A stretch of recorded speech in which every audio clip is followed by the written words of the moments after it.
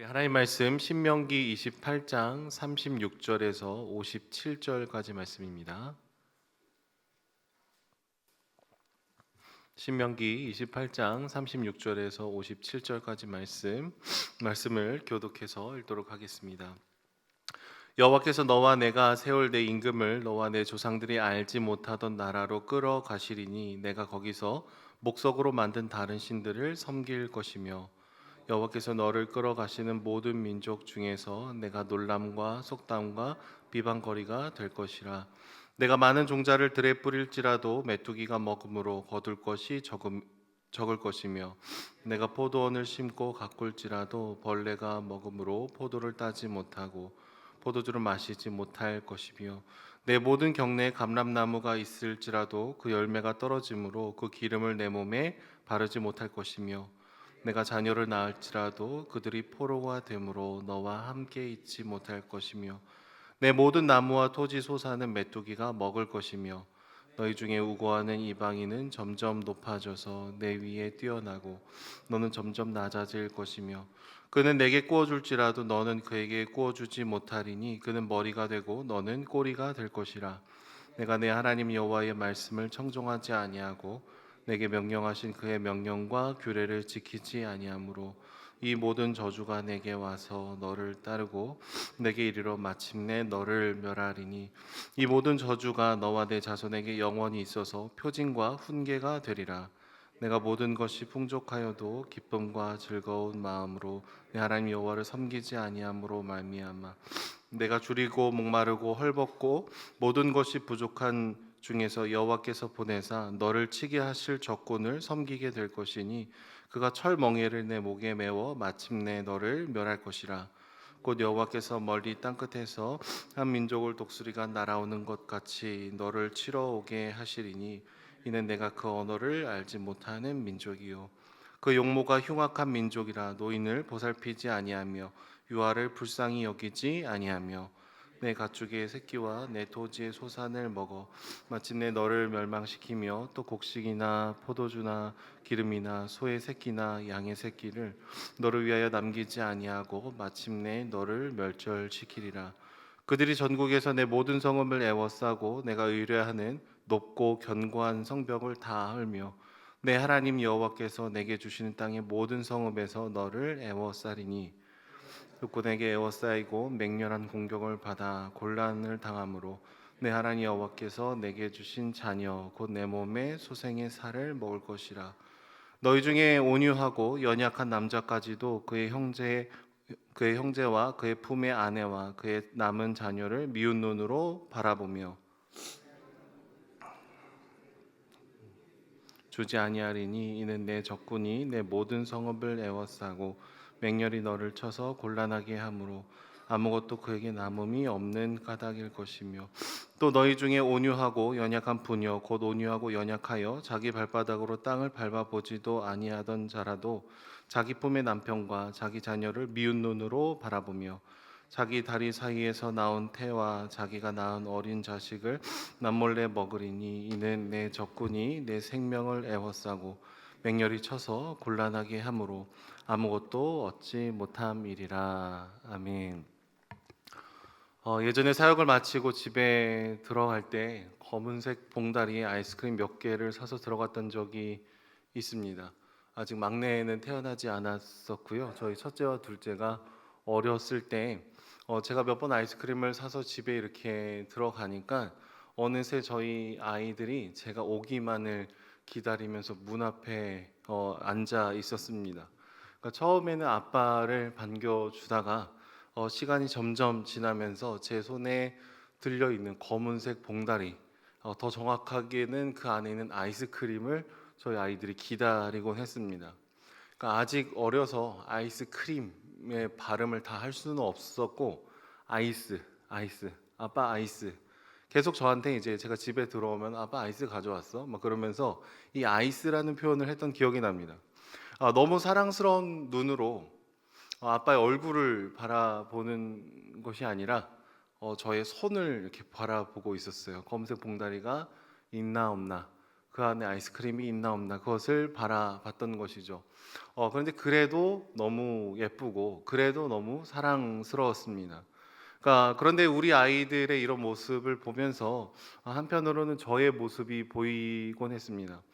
참 힘들고 참 어려울 때는 하나님 한 분만을 바라보고 의지하고 살아가다가 하나님께서 주신 선물들이 우리 삶에 하나씩 둘씩 주어지게 되면은 왠지 하나님이 주신 다른 선물들 자체의 마음을 빼앗겨서 내 마음이 두 조각 세 조각 나고 하나님의 손만을 바라보는 그런 마음의 태도가 제 안에 있었다라는 것을 돌아보게 되었던 것이죠. 그런데 사실 우리가 집중하고 바라봐야 되는 것은 하나님 한 분이죠. 하나님의 얼굴, 하나님의 존재를 갈망하고 사랑할 필요가 당연히 있습니다. 그런데 때로는 하나님께서 우리에게 주시는 그 선물들 자체가 우리가 하나님 한 분 자체를 바라보는 데에 어떻게 보면은 이게 방해가 될 때가 종종 있다라는 거예요. 여러분 모세는 출애굽 이후에 오랜 기간의 이 광야 시절을 보내고 이제 이 약속의 땅 가나안 땅에 들어갈 이스라엘 백성들에게 옛날에 선포됐던 하나님의 말씀을 다시 전하고 있습니다. 그러니까 하나님께서 처음에 주셨던 말씀의 시점과 이스라엘 백성들이 지금 듣고 있는 시점 가운데에는 많은 시간적인 관계가 벌어져 있지만 하나님의 말씀은 진리이기 때문에 여전히 유효하고 여전히 들어야 되고 여전히 적용할 부분이 있는 것이죠. 그런 의미에서 오늘 우리가 이 말씀을 읽을 때에도요. 하나님의 말씀이 여전히 진리이고 여전히 우리에게 적용할 지점들이 분명히 있겠습니다. 주님께서는 이스라엘 백성들이 이 가나안 땅에 들어가서 마주하게 될 여러 가지 것들을 걱정하셨는데 그 중에 하나는 이방 민족들과 섞여 지내고 그들이 추구하던 잘못된 우상을 따르는 것이었습니다. 왜냐하면 우상은 그 자체로 사람을 사람답게 바라보지 못하게 만들고 우리 내면을 병들게 하고 아프게 하고 비참하게 하기 때문이죠. 그래서 주님께서 끊임없이 얘기하시는 것은 애굽에서 너희를 구해준 여호와가 누구인지를 기억을 해라. 그리고 그 땅에 가서 이방 민족들과 함께 그렇게 지내지 말고 거룩하고 구별된 삶을 살아라라는 얘기를 하고 있습니다. 저는 하나님의 말씀을 순종할 때 받게 될 복에 대해서 막 얘기를 하시고요. 하나님의 말씀을 무시하고 불순종하게 됐을 때 우리 삶에 주어지게 되는 이런 슬픔에 대해서 얘기를 하고 있습니다. 이 말씀들을 자세히 보면 하나님이 내 말을 들으면 복을 주고 내 말을 떠나면 저주를 주겠다라고 얘기하는 것처럼 보일 때가 있습니다. 왠지 하나님 마음이 조금 이렇게 좁아서 내 말을 잘 들으면 좋은 거 주고 아니면은 저주를 주겠다라고 협박하는 것처럼 느껴질 때가 있습니다. 그런데 우리가 분명히 기억해야 되는 것은요. 하나님의 성품이 그렇게 좁아서가 아니라 하나님의 말씀을 따르는 것이 진리이기 때문에 그렇습니다.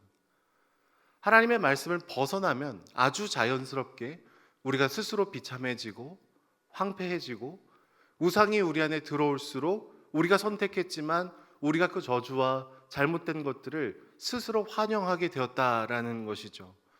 우리가 기억하고 구분해야 되는 것이 있는데 그것은 선물과 선물을 주신 분을 구분을 잘 해야 되죠. 그리고 따라오는 것과 추구해야 되는 것 사이도 조금 구분해야 됩니다. 하나님께서 주신 축복 자체의 마음을 빼앗겨서요. 그래서 주님을 우리가 찾는 것이라면 놀라운 그 축복 자체가 목적이 된다면 우리는 아마 반드시 주님께 실망을 할 수밖에 없을 겁니다. 주님 내가 당신을 따르면 이거 준다면서요. 복 준다면서요. 왜 안 주십니까? 여러분 이것은 주님을 따르는 것이 아니라 주님을 따름으로부터 내게 주어지는 어떤 결과를 내가 따르는 것이죠. 이게 성립이 안 되면 하나님을 떠날 마음이 기꺼이 있다라는 거예요.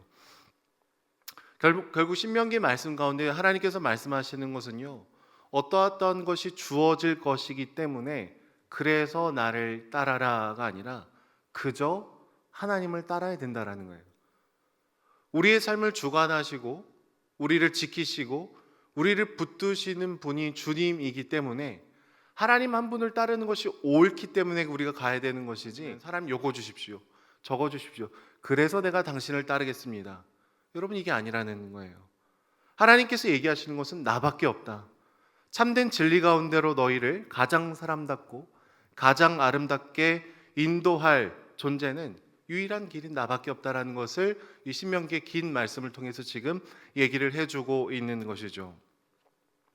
여러분, 사람이 만들어낸 우상은 단기간에 우리에게 어떤 안정감을 약속해 줄 수 있을지 모르겠지만 분명하게 우리를 황폐하게 만들고 무엇인가를 두려워하게 만들고 종속되고 속박되게 만드는 부분들이 있습니다. 가나안 땅의 우상들도 그랬고 오늘을 살아가는 우리의 우상들도 그렇습니다. 잘못된 우상을 내가 추구할수록 숭배할수록 우리 스스로 비참해지고 우리의 내면이 뒤틀어지게 되는 것이죠. 그래서 주님께서는 지속적으로 반복적으로 우상을 숭배할 때 우리가 적극적으로 마주하게 될 슬픔에 대해서 오늘 말씀에 여러 가지를 얘기를 하고 있는 것이죠. 특별히 오늘 말씀 가운데에서는 너의 조상이 알지 못하던 나라로 너희가 끌려갈 것이다. 자녀를 낳아도 소용이 없을 것이다. 왜냐하면 포로로 끌려갈 것이기 때문에. 너희가 의지하고 있었던 성벽을 둘러싸고 있었던 다른 민족으로 인해서 너희가 자녀를 먹게 되는 일들이 있을 것이다. 굉장히 비참하고 슬픈 얘기들을 지금 얘기를 하고 있습니다. 아주 오랜 시간 뒤에 아수르의 침략을 받고요, 바벨론의 침략을 받고 이제 끌려가는 그 사건이 우리에게는 연상이 되죠. 신명기의 말씀이 주어졌을 때와 이스라엘 백성들이 나중에 심판을 받는 이 시간 사이에 엄청난 시간의 간격이 있고 그 사이에 하나님께서 어떤 일들을 행하셨습니까? 많은 사람들을 보내주시면서 돌아와라, 돌아와라, 돌이켜라. 그 길로 가서는 안 된다. 너희가 스스로 황폐하게 만드는 그 길을 가서는 안 된다. 하나님께서 끊임없이 많은 사람들을 보내주시면서 이스라엘 백성들에게 돌이키라라는 사인을 분명히 주셨습니다. 그냥 너무 간단하게 내 말을 들어, 복 줄게. 아니면 저주야. 이게 아니라요. 끊임없이 복의 근원이 되신 주님을 바라볼 것을 요청하고 하나님의 말씀에 순종할 것을 얘기하고 실패하고 넘어지는 이스라엘 백성들을 안아주시고 위로해 주시고 힘 주시고 다시 이끌어 오시던 분이 주님이라는 거예요. 근데 이 문제를 계속해서 극복하지 않고 스스로 하나님을 버리고 하나님으로부터 분리되고 하나님을 무시하고 떠나갔던 이스라엘 백성들이 나중에 마주하게 됐던 이 멸망의 모습이 오늘 본문에 나와 있는 슬픈 이미지와 겹치더라라는 것이죠. 나중에 돼서는 끊임없이 죄를 선택하고 우상을 선택해 한 결과로는 너희가 애를 써도 헐벗고 괴롭고 성벽이 무너지게 되는 일들을 마주하게 될 것이다. 그러니 어떻게 하라는 것이죠? 지금부터 하나님을 기억하고 그분의 말씀에 순종하고 하나님과 동행하는 삶을 살아야 된다라고 얘기를 하는 것이죠. 주님은 소리치고 있으신 것입니다. 조심해라, 깨어 있어라. 가나안 땅에 들어가서 너희가 마주하게 되는 이 부유한 여러 상황들의 시선을 빼앗기지 말고 선물을 주는 일을 바라봐라라고 지금 얘기를 하고 있는 것입니다. 어떻게 보면은 사랑이 정말로 풍성하게 담겨 있는 본문인 것이죠. 헛되고 헛된 우상을 쫓다가 스스로 비참해지지 말라라는 거예요. 여러분, 그러면 오늘날을 살아가는 우리들에게 우리가 조심하고 우리가 경계하고 우리가 구별돼야 되는 지점, 세상에 있는 많은 사람들이 따르고 싶어하는 우상이 뭐가 있을까요? 제가 최근에 우리 안산동산교회에서 같이 신앙생활을 하고 이제 지금은 안산에 살지 않으시고 정말 교육열이 높은 도시에 살고 있는 우리 선배 형님들을 만난 적이 있습니다. 그래서 뭐 여러 가지 얘기를 들었어요. 그곳에 이사를 가면 우리 아이들을 더 잘 키울 수 있었을 것 같았대요. 그래서 무리를 해서 대출을 받고 이사를 받고 갔는데 너무 힘들더라는 거예요. 그러니까 안산에서는 안 그랬는데 교육률이 너무 높은 이 지역에 오게 되니까 특별히 우리 애기 엄마들이 느끼는 기본적인 감정이 두 가지가 있는데 하나는 불안함, 하나는 두려움이랍니다. 영어 유치원을 안 보내면 안 되고 학원을 적어도 몇 개는 보내야 되고 적어도 이 나이 때는 뭐 요 정도 뭐 성적이 나와야 되고 이거를 꼭 해야 되고 그러니까 해야 되는 것들이 너무 많다는 거예요. 아이들은 아직 어린데 이것도 해야 되고 저것도 해야 되고 저건 하면 안 되고 막 그러면서 처음에 거기 가면은 뭐 아이들이 분위기를 잘 잡고 열심히 공부하겠지, 도움을 받겠지. 그래서 갔는데 우리 아이들을 향한 너무나 해야 되는 것들이 많더라는 것이죠. 그래서 결국 불안함에 사로잡혀서 우리 아이들에게 막 여러 가지 것들을 이렇게 시키게 되더랍니다.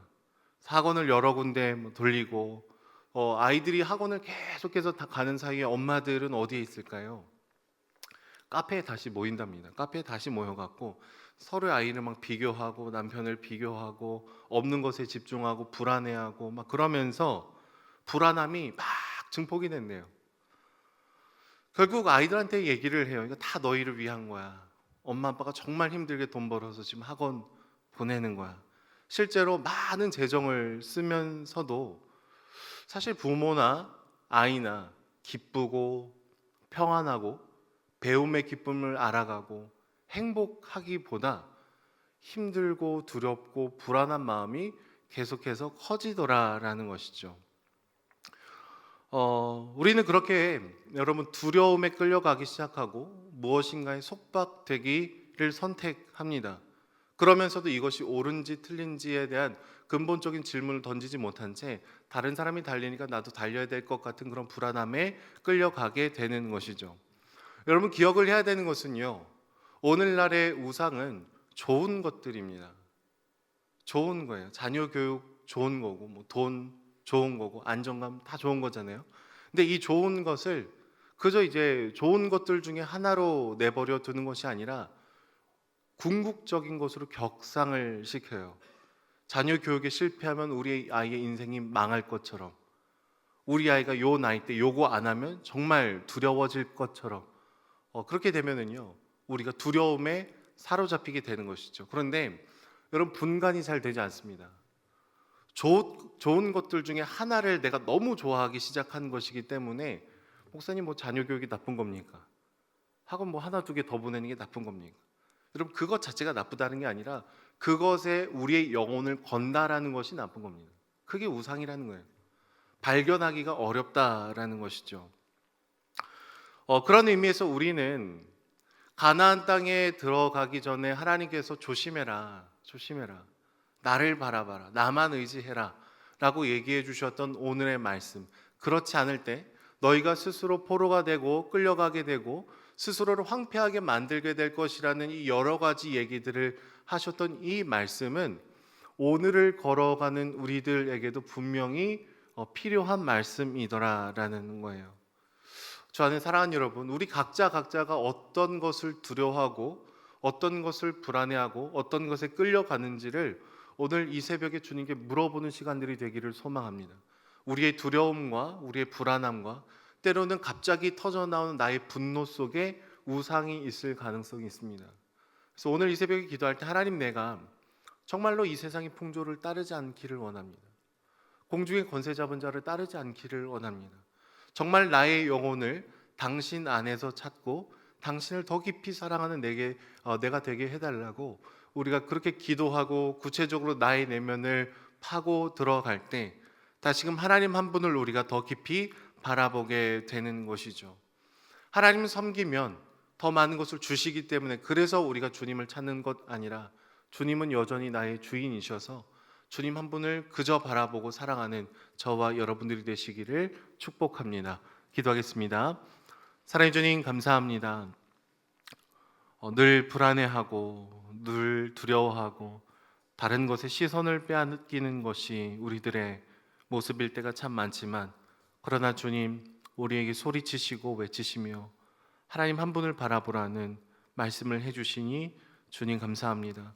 우리가 선택하고 따라가는 것들 중에 하나님보다 더 의지하고 신뢰했던 것들이 있다면 하나님 그거 내려놓게 하여 주시고 하나님 한 분만을 예배하고 주님만 높이는 삶을 저희가 살아갈 수 있도록 주님 함께하여 주시옵소서.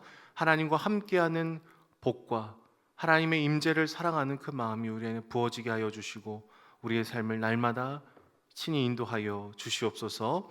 감사드리며 예수님의 이름으로 기도드립니다. 아멘.